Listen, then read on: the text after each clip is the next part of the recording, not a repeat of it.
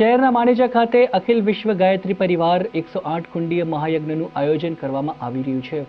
યુગ ઋષિ વેદમૂર્તિ તપોનિષ્ઠ પરમ પૂજ્ય ગુરુદેવ પંડિત શ્રી રામ શર્મા આચાર્યજી તથા શક્તિ સ્વરૂપા પંડિત વંદનીય ભાગવતીની પ્રેરણા અને સંરક્ષણમાં ગાયત્રી માતાની કૃપાથી સંસ્કારી નગરી વડોદરાના માણેજા ખાતે અખિલ વિશ્વ ગાયત્રી પરિવાર શાંતિકુંજ હરિદ્વાર માનવ માત્રને દેવતુલ્ય બનાવવા તથા પ્રત્યેક ઘરમાં સ્વર્ગિંગ પરિસ્થિતિનું નિર્માણ કરી ગૌરવશાળી બનાવવાનું ઉત્તમ કાર્ય થતું હોય છે, જે અંતર્ગત ગાયત્રી પરિવાર શાખા માણેજા છેલ્લા 12 વર્ષથી નિયમિત રીતે ગાયત્રી મંત્રનો જપ કરી રહ્યા છે।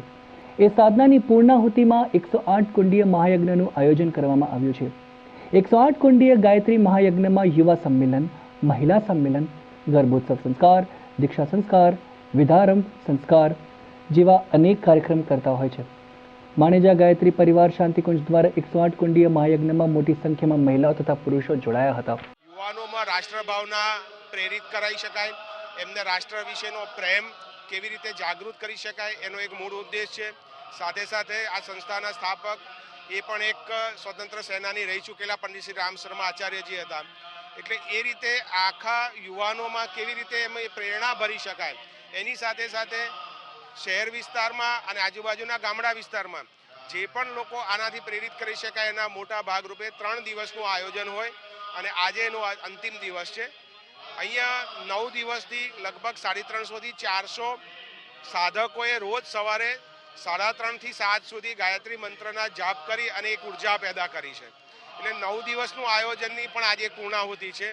એટલે સાધનાત્મક અભિયાન, આધ્યાત્મક અભિયાનના ભાગરૂપે લોકોમાં જાગૃતિ ફેલાવવાના એક પ્રયત્નના ભાગરૂપે અહીંયા મોટું આયોજન હાથ ધરેલું છે, જેની અંદર પંડિત શ્રી રામ શર્મા આચાર્યજી રચિત 3200થી વધારે પુસ્તકો, પછી ગર્ભ સંસ્કાર, પંડિત શ્રી રામ શર્મા આચાર્યની જીવન દર્શનની પ્રદર્શની અને વિવિધ પ્રકલ્પો સાથેનું એક મોટું આયોજનનું આજે સાધનાત્મક અભિયાનની પૂર્ણાહુતિ સાથે પૂર્ણ થવા જઈ રહી છે।